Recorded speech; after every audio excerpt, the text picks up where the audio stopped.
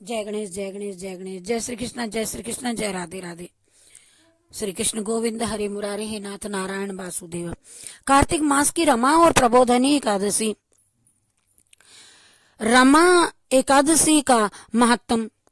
युधिष्ठिर ने पूछा कि जनार्दन, मुझ पर आपका स्नेह है, अतः कृपा करके बताइए कि कार्तिक के कृष्ण पक्ष में कौन सी एकादशी होती है। भगवान श्री कृष्ण बोले, राजन, कार्तिक के कृष्ण पक्ष में जो परम कल्याणमयी एकादशी होती है वह रमा के नाम से विख्यात है। रमा परम उत्तम है और बड़े बड़े पापों को भी रमा एकादशी बड़े बड़े पापों को भी हरने वाली है। पूर्व काल में मचुकंद नाम से विख्यात एक राजा हो चुके हैं जो भगवान विष्णु जी के भक्त और सत्य प्रतिज्ञ थे। निष्कंटक राज्य का शासन करते हुए उस राजा के यहाँ नदियों में श्रेष्ठ चंद्रभागा कन्या के रूप में उत्पन्न हुई और राजा ने चंद्रसेन कुमार शोभन के साथ में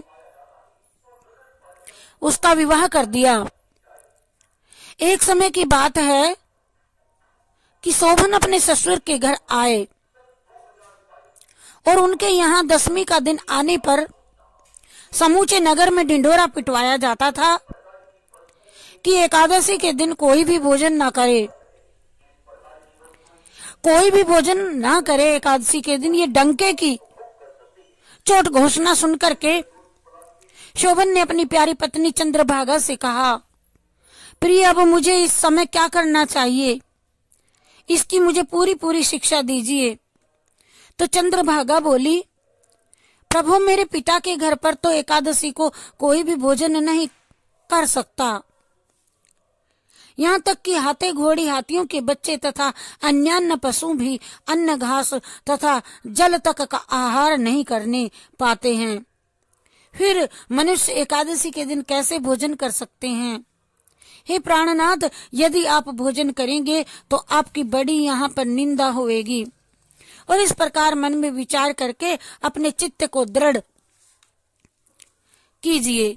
शोभन ने कहा, प्रिय, तुम्हारा कहना तो सत्य है, मैं भी आज उपवास करूंगा।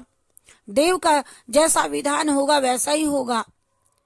भगवान श्री कृष्ण कहते हैं कि इस प्रकार दृढ़ निश्चय करके शोभन ने व्रत के नियम का पालन किया। क्षुधा से उसके शरीर में पीड़ा होने लगी, अतः वे बहुत दुखी हुए। भूख की चिंता में पड़े पड़े सूर्यास्त हो गया। रात्रि आई जो हरि पूजा परायण तथा जागरण में आसक्त वैष्णव मनुष्यों का हर्ष बढ़ाने वाली थी, परंतु वही रात्रि शोभन के लिए अत्यंत दुखदायिनी हुई। सूर्योदय होते होते उनका प्राणांत हो गया।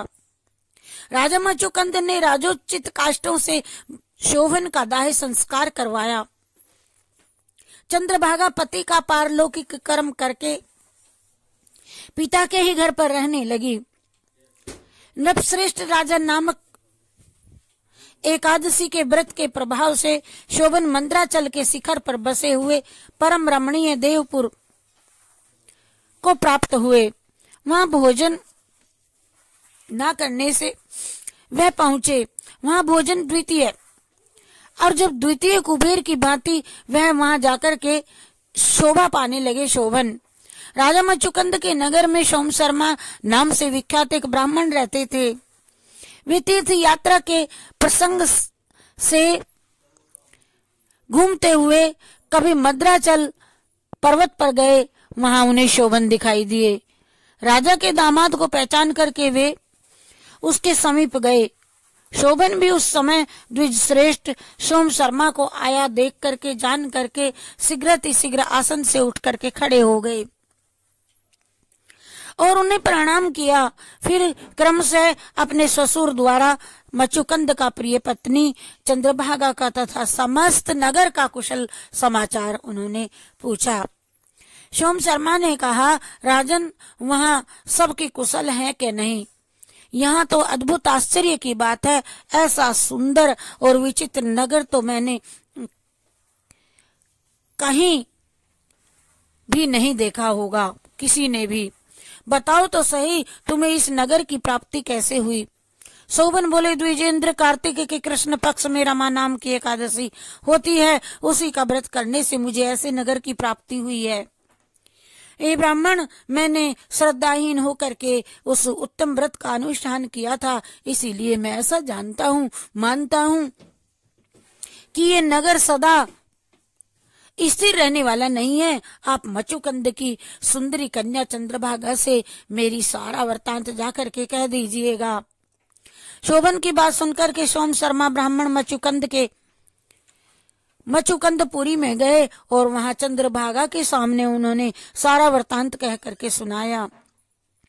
सोम शर्मा बोले, सुबह मैंने तुम्हें पति को और तुम्हारे पति को प्रत्यक्ष देखा है तथा इंद्रपुरी के समान उनके दुर्धर्ष नगर का भी अवलोकन मैंने किया है।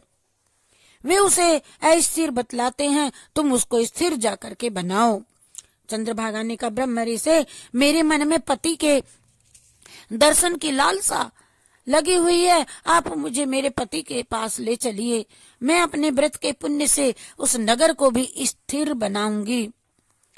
भगवान श्री कृष्ण कहते हैं, राजन चंद्रभागा की बात सुन करके सोम शर्मा उसे अपने साथ मद्राचल पर्वत के निकट वामदेव मुनि के आश्रम में ले गए और वहां ऋषि के मंत्र की शक्ति तथा एकादशी के सेवन के प्रभाव से चंद्रभागा का शरीर दिव्य हो गया तथा उसने दिव्य गति प्राप्त कर ली और इसके बाद वह पति के समीप में गई।